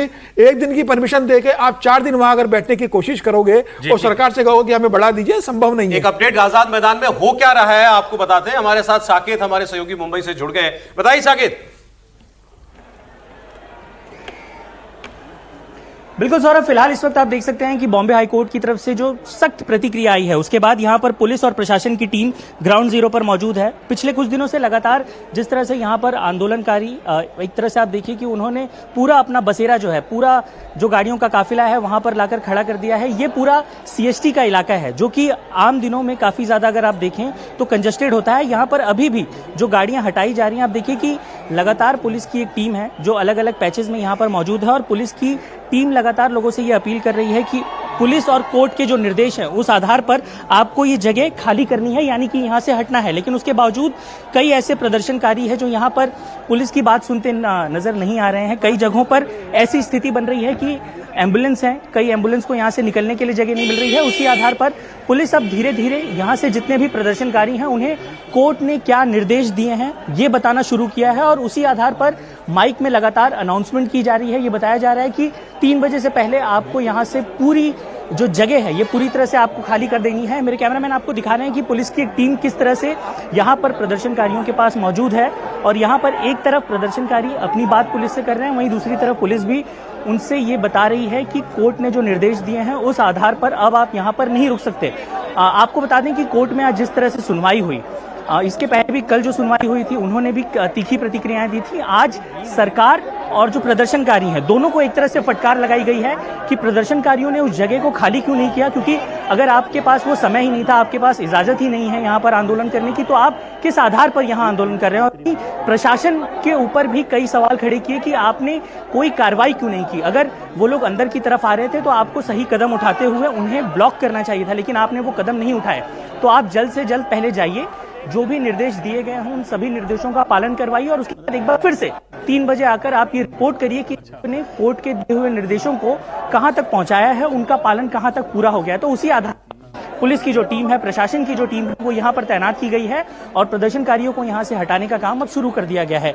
कोर्ट में एक बार फिर से जो है वो रिपोर्ट पेश की जाएगी और ये बताया जाएगा कि यहाँ पर प्रदर्शनकारी किस हद तक ये जो इन्हें हटाने का काम है वो पूरा किया गया है अथवा नहीं। देखिए, सबसे महत्वपूर्ण बात ये होगी कि मनोज जारंगे पाटिल अब क्या कदम उठाते हैं, क्योंकि पुलिस ने पहले ही इस बात को सुनिश्चित कर दिया है कि ये आंदोलन पूरी तरह से इनलीगल है, क्योंकि अब आप यहाँ पर नहीं रुक सकते। यहाँ पर जिन निर्देशों को आधार पर, जिन बातों के आधार पर आपसे ये कहा गया था कि आप यहाँ पर आंदोलन करिए, वो आंदोलन की उन अब सवाल सभी ये है, बातों देखिए का उन साकेत, कि कहीं ये कोई बड़े टकराव की स्थिति ना बन जाए, क्योंकि प्रदर्शनकारी बहुत बड़ी संख्या में वहां पर हैं। पुलिस के ऊपर प्रेशर है कि हाईकोर्ट का आदेश है तो उन्हें उसको क्रियान्वित करना ही है। समीर भिसे भी हमारे सहयोगी जुड़े हैं वहां से। समीर, मनोज जारंगे पाटिल ने क्या कोई अपील की है अपने कार्यकर्ताओं से? बिल्कुल, अब तक कोई अपील नहीं की है, लेकिन कल की अगर अपील की बात करें तो उन्होंने कहा था कि जो हुल्लड़बाजी करने वाले लोग हैं उनको दरकिनार कर दो और जो कोर्ट के आदेश है उसका अनुपालन हमें करना चाहिए। ये बात उन्होंने साफ साफ कही थी। लेकिन अब यहाँ पे जो प्रदर्शनकारी हैं, जो लंबे समय से यानी कि 29 तारीख से यहाँ जमे हुए हैं, उनका साफ साफ कहना है कि हमें जब तक आदेश नहीं आता मनोज जारंगे पाटिल का, तब तक हम यहाँ से नहीं हटेंगे। लेकिन पुलिस ने अपनी प्रक्रिया शुरू कर दी है लोगों को हटाने की, क्योंकि 3 बजे से पहले कोर्ट के सामने पूरी रिपोर्ट पेश करनी है कि जिन सड़कों पर प्रदर्शनकारी जमे हुए थे, उनकी गाड़ियां जमी हुई थी और पार्क की हुई थी, क्या उन्हें आपने हटाया है नहीं, क्योंकि कोर्ट ने बड़े तीखे शब्दों में अपनी जो नाराजगी है वो जाहिर की। तो इसके चलते अब पुलिस प्रशासन को, पुलिस को अपनी पूरी कार्रवाई को अंजाम देना है। लेकिन हम ये दृश्य आपको दिखा दें जो बिल्कुल आजाद नगर के ठीक बाहर की सड़क है, जहां पर लगातार जो है प्रदर्शनकारी बने हुए हैं और गाड़ियां उन्होंने अभी पार्क कर दी हैं बीच सड़क में। इसके चलते जो ट्रैफिक है वो, बाकी जो आम वाहन चालक हैं उनकी गाड़ियां यहाँ पर फंसी हुई। आप देख सकते हैं 2 पहिया वाहन चालक जो है यहीं पर बने हुए हैं, लेकिन आगे नहीं बढ़ पा रहे हैं। हम थोड़ा आगे बढ़ते हैं, लोगों से बात समझने की कोशिश करते हैं कि वो क्यों नहीं हट रहे यहाँ से। पुलिस आपको यहाँ से जाने के लिए कह रही है, आप लोग जा रहे हैं लेकिन कोर्ट कह रही है कि आपको जाना पड़ेगा। दादा बोले कि आदत में इधर बैठ के खड़े रहो, इधर उधर पार्किंग का। उन्होंने तो कहा था पार्किंग से गाड़ी हटाओ, पार्किंग से हटाओ, ये दादा ने बोले। हम मन नहीं करते हैं, हम सरकार से हम रिक्वेस्ट करते हैं कि हम ऐसा कुछ नहीं करने वाले। गाड़ी हटाने को हटाया पुलिस ने। सुबह से गाड़ी आई खड़ी थी, पूरी ट्रैफिक चालू थी, एक भी गाड़ी रुकी नहीं थी। कोर्ट का आदेश है। हाँ, जिसमें खाने का चीज है वो तो नहीं, सामान है, पानी बॉटल है, चिवड़ा है, सब खाने का सामान है। ये काय के लिए लाया? खाने के लिए आया। ये नहीं हट सकते ना, ये नहीं हट सकते ना। ये हमने सही में साइड में लगाई थी। कहाँ लगाई थी? साइड में। उन्होंने हमको पीछे लेने को बोला। मनोज जारंगे पाटिल ने भी कहा कि गाड़ियां हटा इनकी दो, पार्किंग भी नहीं ना, लगाने की कहाँ पे, लगाने की कहाँ पे गाड़ी? अल्टरनेट मिलेगा। हमारा कोई पहचान का है क्या? हम दूर गाँव से आए। कहाँ से आए? हम संभाजीनगर से आए।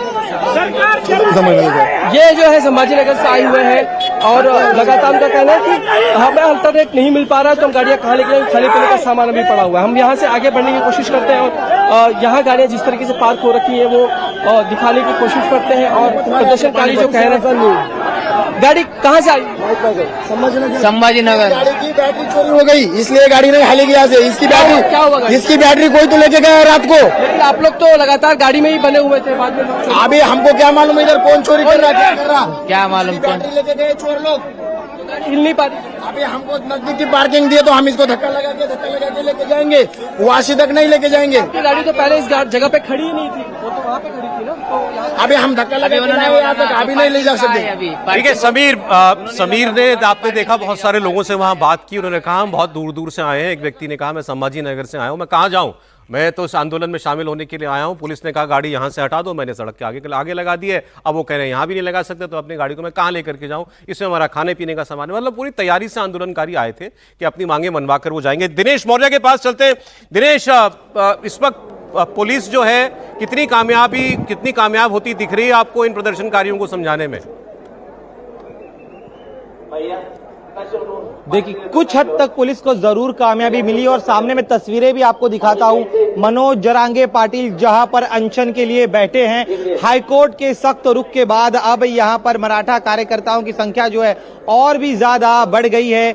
मनोज जारंगे पाटिल की तरफ से अपील की जा रही है कि सभी कार्यकर्ता जो है वो हाईकोर्ट के आदेश का सम्मान करे, सड़क से गाड़ियों को खाली कर दे और किसी के बहकावे में न आए, शांति बनाए रखे। लेकिन जिस तरह से कहा गया है कि मुंबई को खाली कर दिया जाए 3 बजे के पहले, इसको लेकर जनता क्या सोचती है, सीधे उन्हीं से बात करते हैं। आप मुझे बताइए, कहां से आए हैं? 3 बजे के पहले क्या आप सड़क खाली कर देंगे? हम 3 बजे सड़क खाली करेंगे, लेकिन लातूर से है, लेकिन कब करेंगे? जब कोर्ट का आदेश हम पाएंगे और हमको जो सरकार हमको जो इसके वास्ते जो बैठे हैं आपकी मांगे बेसिकली पूरी आप बताइए। हाँ, जो 3 बजे तक का डेडलाइन दिया, राजी आप लोग मुंबई छोड़ने के लिए? नहीं, जब तक जनता का आदेश नहीं आता वो हमने मानने नहीं, कोर्ट का आदेश नहीं मानेंगे। जब तक हमारे मनोता नहीं बोलेंगे नहीं मुंबई छोड़ के जाओ, तब तक नहीं जाएंगे। लेकिन आप लोग गाड़ी हटाने के लिए तैयार है आपकी? नहीं, गाड़ी हटाएंगे लेकिन हम मुंबई नहीं छोड़ेंगे। आरक्षण मिलने के बाद मुंबई जाएंगे। गाड़ी क्या बोल रहे? आप गाड़ी ऊपर छोड़ के आए, हम इधर ही बैठने वाले हैं हम। सौरभ, मैं आपको तस्वीरें दिखाऊं। ये देखिए, ये आजाद मैदान है जहां पर पिछले 6 दिनों से यहां पर आंदोलन चल रहा है और यहीं सामने मंच पर मनोज जरांगे पाटिल है जो अनशन कर रहे हैं और उनके ठीक सामने जो उनके हजारों कार्यकर्ता है वो यहां पर बैठे हैं।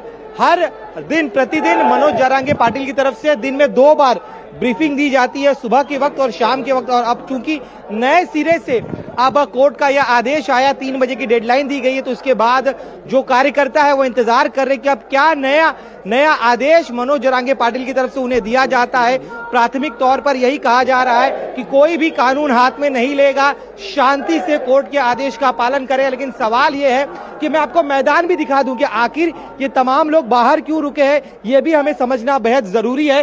करीब 40,000 से ज्यादा लोग जो है वो मुंबई पहुंचे हैं और इस मैदान की कैपेसिटी जो है वो बेहद कम है और यही वजह है कि लोगों का कहना है कि हम न चाहते हुए भी हमें अपने गाड़ियों को जो है बाहर पार्क करना पड़ रहा है और यहाँ पर जो जगह कम है इसीलिए बहुत सारे लोग बाहर। तो घुमाते रहिए, कैमरा दिखाते रहिए, आप तमाम ये दृश्य जो है लोगों की वो दिखाते रहिए। इनका कहना है कि लोगों को ज्यादा जगह चाहिए, अगर कोई और पर्याय व्यवस्था मिलती है तो ये कार्यकर्ता वहां रुकने के लिए तैयार है, लेकिन चूंकि जगह काफी कम है इसलिए मजबूरन उन्हें यहां से बाहर सड़क पर रहना पड़ रहा है, प्लेटफॉर्म पर रहना पड़ रहा है। लेकिन अब चूंकि जिस तरह से कोर्ट का आदेश आया उसके बाद ये कार्यकर्ता जो है थोड़े आक्रामक हुए। उनका कहना है कि कोर्ट चाहे जो कहे, लेकिन अगर जब तक मनोज जरांगे पाटिल का आदेश नहीं आता है मुंबई छोड़ने के संदर्भ में, तब तक वो जो है इस शहर से जाने वाले नहीं है। तो टकराव की स्थिति कभी भी बन सकती है और यही वजह है कि फिलहाल शांति बनाए रखने की अपील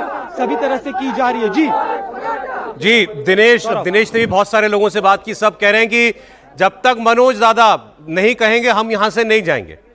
मनोज जरांगे पाटिल वो अपील इतनी कर रहे हैं कि सड़क से गाड़ी हटा लो, अंदर आ जाओ। अंदर मैदान में जगह है नहीं, तो अब ये परिस्थिति बनी हुई है। सरकार की मुश्किल ये है कि वो सख्ती करना चाहती नहीं है इन प्रदर्शनकारियों के ऊपर, वरना इनको अंदर दाखिल मुंबई में आने से भी रोका जा सकता था, वो उसने नहीं रोका। हमारे साथ राजेश हमारे सहयोगी वो भी जुड़ गए हैं। राजेश, सरकार का क्या रुख है इनकी मांग पर और इस वक्त जो मुंबई में स्थिति बनी है उस पर? देखिए, फिलहाल मैं आजाद मैदान के बाहर हूं सौरभ, तो तस्वीरें दिखा दूं और आपको बता दूं कि सरकार का इस पर रुख क्या है। फिलहाल जो हाईकोर्ट का आदेश आया है उसे पालन करने का जो त्वरित कार्य है वो राज्य सरकार करना चाह रही है, पुलिस करना चाह रही है। यही वजह है कि आपको आजाद मैदान के बाहर, ये पिछला हिस्सा है आजाद मैदान का, और वहां पुलिस की टीम पहुंची है, पुलिस के लोग पहुंचे हैं और जो यहाँ पे प्रदर्शनकारी हैं उनसे गुजारिश कर रहे हैं कि आप गाड़ियों को जो वो है वो सड़कों से हटाएं। और प्रदर्शनकारियों के जो कुछ नेता हैं वो भी आके लोगों से गुजारिश कर रहे हैं कि यहां से गाड़ियों को हटाएं। सरकार की अगर रुख की बात करें, सरकार बहुत हद तक कोर्ट के आदेश का इंतजार कर रहे हैं अगर प्रदर्शनकारियों को हटाने की बात है। कल से हमने देखा कि वो लगातार कोर्ट के आदेश का इंतजार कर रही है। महाधिवक्ता जो है वो बार बार कह रहे हैं कि कोर्ट अगर आदेश दे तो हम इन्हें हटाएं। अगर रिजर्वेशन की बात करें तो कोर्ट सरकार का रुख ये है कि जो कैबिनेट की उप समिति है जो रिजर्वेशन के लिए, मराठा रिजर्वेशन के लिए खास बनी है, वो लगातार मीटिंग्स का दौर कर रही है और कुछ ऐसे निर्णय पर पहुंचने की कोशिश कर रहे हैं कि जो ये स्टैंड ऑफ है मराठा प्रदर्शनकारियों के बीच में और सरकार के बीच में वो कम हो और प्रदर्शनकारी जो है वो अपने अपने घरों को लौट जाए। लेकिन फिलहाल जो ग्राउंड पे स्थिति है वो ऐसी होती हुई दिख नहीं रही है। हाईकोर्ट ने कह दिया है जाएंगे या रुकेंगे, ये पर रुकेंगे वाले नाही आहे, जायचं नाही, आरक्षण भेटल्याशिवाय नाही, आरक्षण मिळाल्याशिवाय जायचंच नाही, काही हो पर्यंत आरक्षण घेत नाही तोपर्यंत कहा है कि मुंबई खाली नहीं, मुंबई को हरे हरे अभी तो हमारे घर के है, अगर मनोज जरांगे पाटिल बोलेंगे तब जाएंगे? हाँ, पाटिल बोलेंगे तो कुछ भी करेंगे। हमारे अभी जाओ तो अभी जाएंगे। कोर्ट ने तो कह दिया है। कोर्ट का आपकी स्थिति देखिए, पुलिस के लोग जो है, मैं कैमरामैन मिलिंद सालवे से कहूंगा तस्वीरें दिखाते रहें, वो लगातार लोगों से गुजारिश कर रहे हैं कि सड़क किनारे जो गाड़ियां हैं या उन्हें हटा लें, क्योंकि इससे यातायात प्रभावित हुआ है। और इसी को देख के कोर्ट बिफरा है, इसी को देख के जज बिफरे हैं, क्योंकि उन्हें कोर्ट पहुंचने में दिक्कत हुई।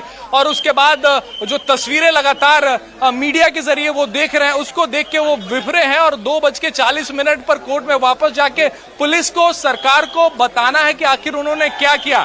तो पूरी कोशिश कर रही है पुलिस की बातचीत से हल निकले, पूरी कोशिश कर रही है पुलिस की कोई सख्ती ना दिखानी पड़े। और ये जो स्टैंड ऑफ है, ये जो कितना बड़ा हिस्सा जो है शहर में, कितने इलाकों में प्रॉब्लम है इस प्रदर्शन की वजह से राजेश?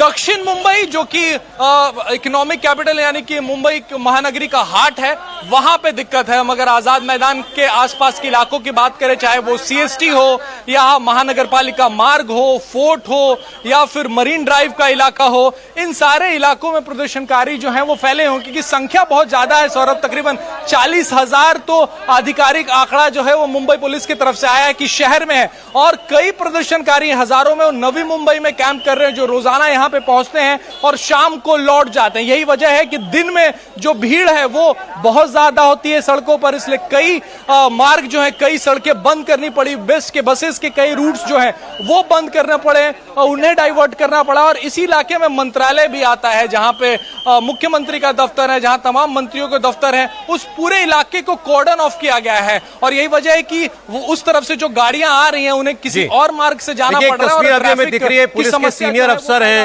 वो माइक लेकर लोगों से अपील कर रहे हैं कि वो गाड़ियां जो हैं सड़कों से हटा लें। एक बार फिर मैं जरा दिनेश के पास चलते हैं। दिनेश, ग्राउंड के अंदर है आजाद मैदान में, जहां पर अनशन पर बैठे हुए हैं मनोज जरांगे पाटिल। कोई बात कही गई क्या मनोज पाटिल की तरफ से फिर से? दिनेश, देखिए, मैं आपको तस्वीरें दिखाता हूँ, साथ ही बताता हूँ कि अब से कुछ समय पहले उनकी तरफ से लगातार एक ही अपील की जा रही है कि जो भी कोर्ट की तरफ से आदेश दिया जा रहा है, सभी लोगों को उन आदेशों का सख्ती से पालन करना चाहिए। इस उनके आंदोलन के बीच में अगर कोई असामाजिक तत्व आते हैं और उसे माहौल बिगाड़ने का प्रयास करते हैं तो उससे वो सतर्क रहे।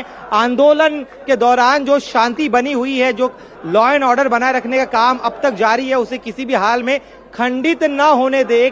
कहा गया उनकी तरफ से कि संभवतः कोई षड्यंत्र कर सकता उनके आंदोलन को खराब करने के संदर्भ में। तो एक अपील लगातार यही की जा रही कि किसी भी हाल में उनकी जो कोशिश है, उनके आरक्षण की जो लड़ाई है, उस लड़ाई में किसी भी तरह से जो है किसी तरह की कोई अड़चन न पैदा हो और कोई ऐसा कार्य न हो ताकि जो इतने दिनों से वो लगातार प्रेशर बनाने का प्रयास करे सरकार पर, उसमें किसी तरह की ठेस पहुंचे और आंदोलन को पीछे लेना पड़ जाए। और यही वजह, सामने मैं चाहूंगा मेरे सहयोगी आपको तस्वीरें बताए कि इस हजारों लोगों की भीड़ में एक महिला मराठा कार्यकर्ता है, जो तमाम जो मोर्चा प्रदर्शनकारी यहाँ पर आए हैं उनके बीच में खड़ी होकर लगातार नारेबाजी कर रही है कि जब तक उनकी मांगे पूरी नहीं होती तब तक वो यहीं डटे रहे।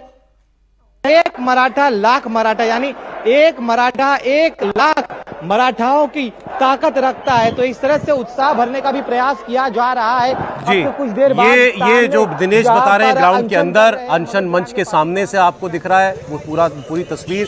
सबीर भीसे जहां पर है वहां पर पुलिस बड़ी कोशिश कर रही है प्रदर्शनकारियों को सड़क से हटाने की। जी समीर, आप बताएं वहां क्या हो रहा है? बिल्कुल, इस वक्त हम आजाद मैदान के ठीक बाहर है, यानी कि जो सिग्नल है महापालिका का, मुंबई महानगर पालिका, उस सिग्नल पर है।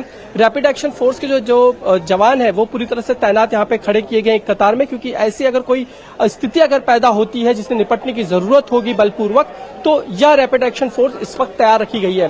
थोड़ी दूरी पर ही हमारे दूसरे प्रतिनिधि जो दृश्य दिखा रहे हैं कि गाड़ियां वहां पे पार्क कर ली गई हैं बीच सड़क में, जिसके चलते जो मूवमेंट है ट्रैफिक का वो नहीं हो पा रहा है।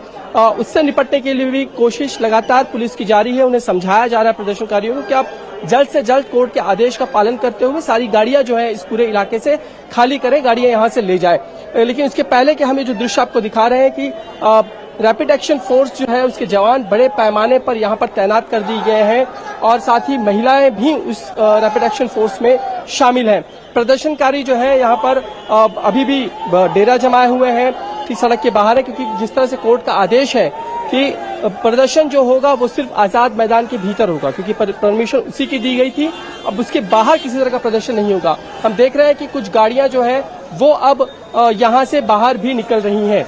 ये भी हम आपको दिखाते चले। थोड़ा और हम आगे बढ़ते हैं और आगे बढ़कर इस पूरे इलाके का दृश्य जो है, जो स्थिति है इस वक्त समझाने की और दिखाने की कोशिश करते हैं। खासकर ये जो अब सड़क हम आपको अब थोड़ी देर में दिखाएंगे, ये सड़क यहाँ पे आती थी जेजे मार्ग जेजे फ्लाईओवर की तरफ, जो पहले बंद थी। यहाँ पर ट्रक खड़े हुए थे, लेकिन अब ये रूट इस वक्त खाली हो गया है और टैक्सी आते हुए हमें दिखाई दे रही है। और लेकिन प्रदर्शनकारी अब भी इस पूरे इलाके में है। ये रूट जो है लेकिन अभी भी बंद है।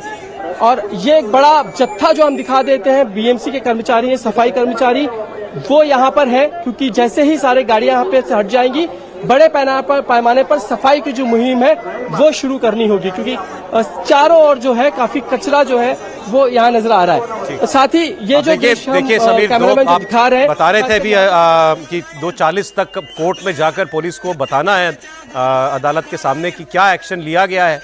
अब आरएएफ भी है, पुलिस बल भारी संख्या में, सफाई कर्मचारी भी बुला लिए गए हैं कि सब व्यवस्था ठीक कर दी जाए। ये एक देखिए, एक आंदोलनकारी के हाथ में माइक है, वो भी कुछ कह रहे हैं, अगर ये हम सुना पाए।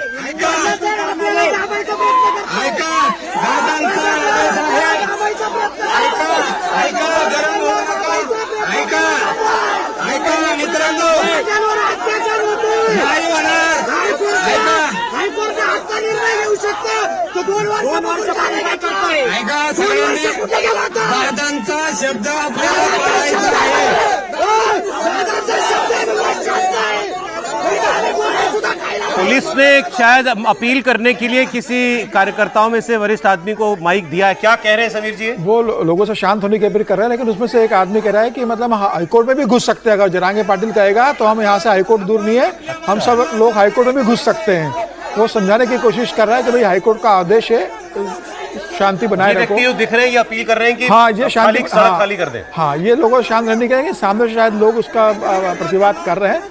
और कोई बहुत संगठित ऑर्गेनाइज नहीं है ना, ये मनोज जरांगे अकेले नेता है, कोई ऐसी कमेटी भी नहीं किसी के सुने कौन क्या कह रहा है। पूरी अराजक स्थिति वहाँ जिस तरीके से उत्पन्न कर दी है, और इतना वीआईपी एरिया, इतनी छोटी जगह है, 40,000 लोग अगर वहाँ स्थित। एक बार जरा हम इसके मूल मुद्दे पे भी आ जाएं। आरक्षण की मांग, आरक्षण देने के लिए कानून बना चुकी है महाराष्ट्र की सरकार। ये देवेंद्र फडणवीस की पिछली सरकार ने बना दिया था कानून, अदालत उसको रोक देती है। और ये केवल महाराष्ट्र में नहीं है, देश के किसी भी राज्य में जैसे ही आरक्षण की सीमा 50% से ऊपर जाती है, सुप्रीम कोर्ट उस पर रोक लगा देता है। सीलिंग सुप्रीम कोर्ट की लगाई हुई है। ये बात ये सब लोग जो वहां पहुंचे सब जानते हैं, लेकिन फिर भी ये चाहते हैं कि इनको ओबीसी के अंदर डाला जाए, मराठाओं को ओबीसी मान के 27% के अंदर उसका हक दे दिया जाए।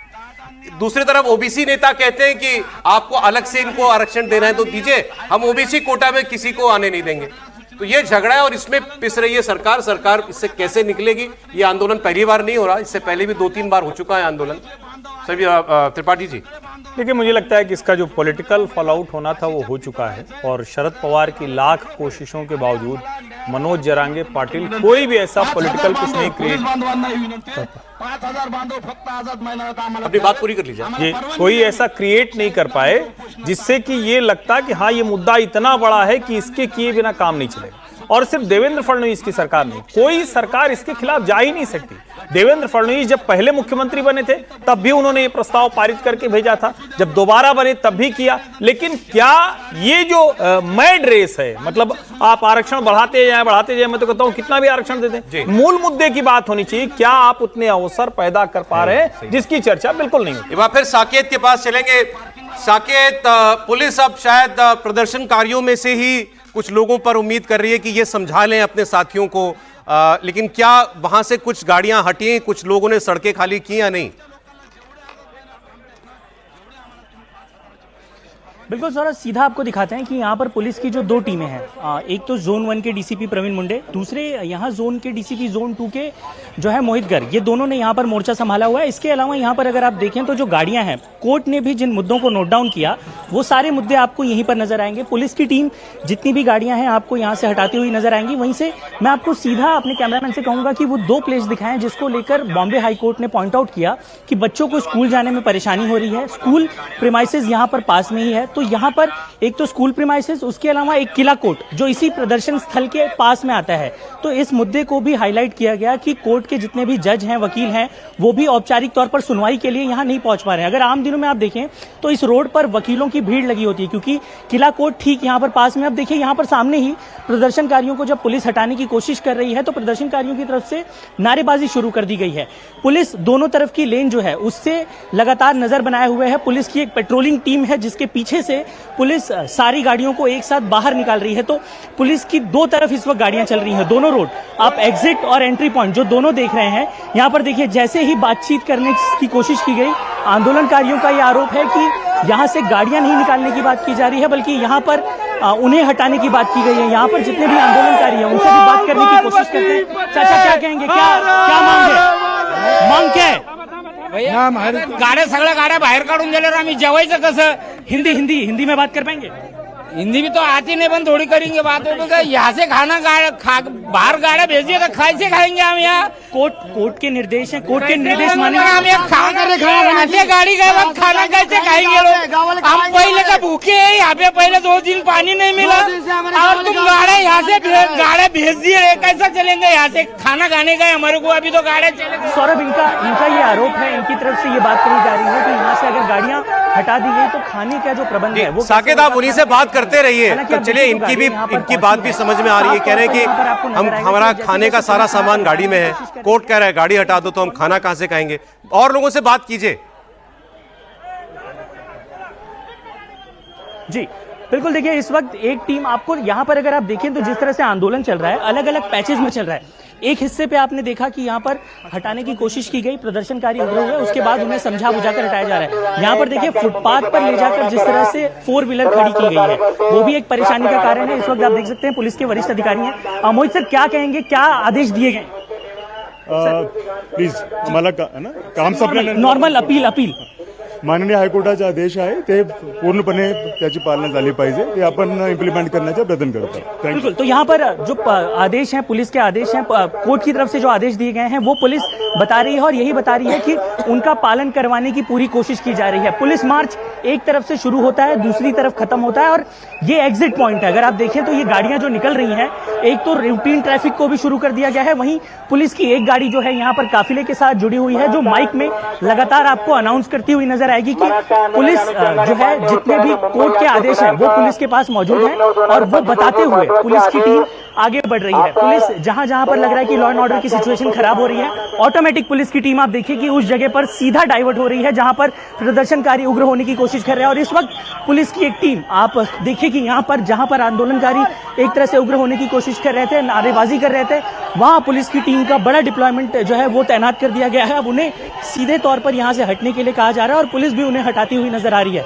वहीं अगर आप देखें तो जो गाड़ियां हैं वो यहाँ से कुछ गाड़ियों को लोग हटाने से मना कर रहे हैं। उनका कहना है कि उसमें खाने के सामान है, उसमें उनका जो रूटीन का सामान वो लेकर आए थे वो इसमें मौजूद है, ऐसे में वो उन्हें नहीं हटा सकते और इसलिए यहाँ पर एक आंदोलन शुरू हो गया है। यहाँ पर उनका ही कहना है, जितने भी आंदोलनकारी उनका ये कहना है कि मनोज जारंगे पाटिल जब तक नहीं कहते, उनकी तरफ से जब तक कोई बात नहीं कही जाती वो नहीं हटेंगे। वहीं अगर आप बाकी हिस्सों पर देखें तो यहाँ पर पुलिस देखिए अब यहाँ पर जिस तरह से आंदोलनकारी उग्र हो रहे थे उसके बाद यहाँ से उन्हें हटाने का काम शुरू कर रही है। पुलिस की जो टीम है वो समझदारी पूर्वक यहाँ से उन्हें बता रही है कि कोर्ट के क्या निर्देश हैं, किन आधार पर उन्हें हटाने के लिए कहा जा रहा है, किस आधार पर उन्हें ये बताया जा रहा है कि आप यहाँ से हटिए, वो सारी बातें उन्हें बताई जा रही है। मीडिया से भी कहा जा रहा है कि थोड़ा सा दूरी बनाकर रखें क्योंकि आंदोलनकारी अचानक कब उग्र होंगे ये बात अभी तक कहीं नहीं जा सकती। यहाँ पर देखिए जितने भी आंदोलनकारी बताइए आराम से बताइए। हमारी जान जाएगी पर हम पढ़ी उसको नहीं डरने वाले, हमारे हमको कोई नहीं है इधर। क्या नाम है आपका? अजय तुपकर। अजय बॉम्बे हाईकोर्ट के निर्देश हैं, उनका तो पालन करेंगे। हम हाईकोर्ट को मानते हैं, संविधान को मानते हैं, पर इन दादागिरी चल रही है पुलिस की, मराठा समाज को इधर से रास्ते दे। बिल्कुल, आप देखिए कि यहाँ पर जो आंदोलनकारी हैं उनका ये कहना है कि हम कोर्ट और प्रशासन को मानते हैं, लेकिन एक तरफ से सरकार के ऊपर भी उनके ऊपर कई आरोप हैं और यहाँ पर वही सिचुएशन जो है, पुलिस लगातार ये सुनिश्चित कर रही है कि सिचुएशन किसी भी परिस्थिति में आउट ऑफ कंट्रोल ना हो। और यही कारण है कि आप देखिए कि जिस तरह से पक्ष भी पुलिस की तरफ से रखे जा रहे थे, अगर आप देखें कोर्ट में भी जो बातें कही गई, चाहे वो कल की कोर्ट हो या आज की कोर्ट हो, दोनों में सरकार की तरफ से जो पक्ष रखे गए वो बहुत ही शालीनता के साथ रखे गए, ताकि किसी भी परिस्थिति में, अगर यहाँ पर आप देखिए कि मनोज जारंगे पाटिल ने भी बहुत सी बातें ऐसी कही हैं उस मंच से जहां पर उन्हें ये नहीं कहना चाहिए था कि अगर कोई भी परिस्थिति बनती है तो हम आपको बताएंगे, अगर कोई भी लाठीचार्ज होता है तब हम आपको बताएंगे। तो इन जिन शब्दों का प्रयोग किया गया, पुलिस की नोटिस में भी इन सभी बातों का जिक्र किया गया है कि जिस तरह से मुख्य प्रदर्शनकारी मीडिया और बाकी माध्यमों से इस तरह की बातें कर रही हैं, उस आधार पर इस सबके बीच में पुलिस जो है वो सबसे ज्यादा इस वक्त थोड़ा बेबस दिखाई दे रही है, क्योंकि सख्ती वो करना नहीं चाहती। शायद सरकार की तरफ से उनको आदेश हो, भाई प्यार से ही करना जो काम करना, आपको सख्ती नहीं करना, डंडा नहीं चलाना है। कोर्ट ने डंडा चला दिया है कि किसी भी हालत में सड़कें खाली कराओ। और जो आदमी इतनी दूर से आया है मनोज जारंगे पाटिल की कॉल पर, जाहिर है कि वो थोड़ा भावनात्मक तौर पर जुड़ा हुआ है इस मुद्दे के साथ, उनके साथ। वो कह रहा है कि जब तक वो कहेंगे नहीं हम जाएंगे नहीं। मनोज जारंगे पाटिल कह चुके हैं मर जाऊंगा लेकिन मैदान नहीं छोड़ूंगा। बिल्कुल, ये दरअसल इस तरह के आंदोलनों में क्या होता है, जो व्यक्ति होता है केंद्र में, उसके प्रति बड़ी निष्ठा होती है। मैंने तो महेंद्र सिंह टिकैत का आंदोलन देखा, शरद जोशी का देखा, नरेंद्र स्वामी का देखा, शंकर गुआनी योगी का, ये सारे नेता ऐसे थे कि जिनके इनके समर्थकों की निष्ठा इनके प्रति बड़ी होती है, बिल्कुल इसको कहते हैं लॉयलिस्ट। तो वैसे मनोज जारंगे का भी ये फिनोमिना है। आप याद कीजिए हार्दिक पटेल का, जिस तरह जब पटेल आरक्षण का हुआ था। आरक्षण पर मेरा एक बड़ा वो है कि जनेश्वर मिश्रा जी हम लोगों के नेता हुआ करते थे, समाजवादी युवजन सभा में हम लोग थे। वो कहते थे कि आरक्षण को लेकर के नौजवान सड़कों पर आता है, रोजगार को लेकर क्यों नहीं आता। सबको रोजगार मिले इसके लिए नौजवान या लोग सड़कों पर क्यों नहीं आते, इसके लिए क्यों होता है कि हमें ही मिले खाली। तो ये समस्या है। आरक्षण एक ऐसा हो गया, कितना आरक्षण आप देंगे भाई। सरकारी नौकरियां हैं नहीं, खत्म होती जा रही हैं, प्राइवेट सेक्टर में आरक्षण की व्यवस्था नहीं है, तो और कहां देंगे। अगर चाहे भी कि भाई इनको ओबीसी में, मराठाओं को कुनबी मान के ओबीसी में जगह दे दे, ओबीसी नेता जो सरकार में है वो खुद कह रहे हैं हम आंदोलन करेंगे अगर ओबीसी लोग सड़क पे आ जाएंगे। कोई अपना हिस्सा नहीं देना चाहता। ओबीसी विद इन ओबीसी यदि वो आरक्षण की बात हो दे दिया है सर मराठाओं को। हाँ, इसीलिए कह रहा हूँ, लेकिन बहुत सारी चीजें होती है। लेकिन एक बात साफ है, इसको यूं भी देखना चाहिए कि वहाँ पर 30,000 40,000 लोग मौजूद हैं, तो इसका मतलब जारंगे की ताकत अभी है। उसको आप कमजोर तरीके से मत देखिए और पुलिस ठीक तरीके से व्यवस्था करे, क्योंकि उसको अभी अचानक लाठीचार्ज कर दिया। पुलिस भी ऐसे कैच 22 में होता है ना कि हाई कोर्ट को क्या जवाब दे, यहाँ पर क्या करे। हाई कोर्ट में जो जज साहब बैठे हैं वो तो ठीक है, आदेश कर देना, लेकिन इम्प्लीमेंट उनको करना। और यदि अभी लाठीचार्ज हो जाए, कुछ उग्र हो जाए, तो वो एक बड़ी मुश्किल है। मुझे लगता है केंद्र सरकार को अब इस पर आना चाहिए। केंद्र सरकार मतलब जो भी देश भर के पॉलिटिकल पार्टीज है वो देखे कि आरक्षण की पॉलिसी को हम क्या बदलना चाहते हैं, नहीं बदलना चाहते, उससे कम में काम नहीं चलेगा।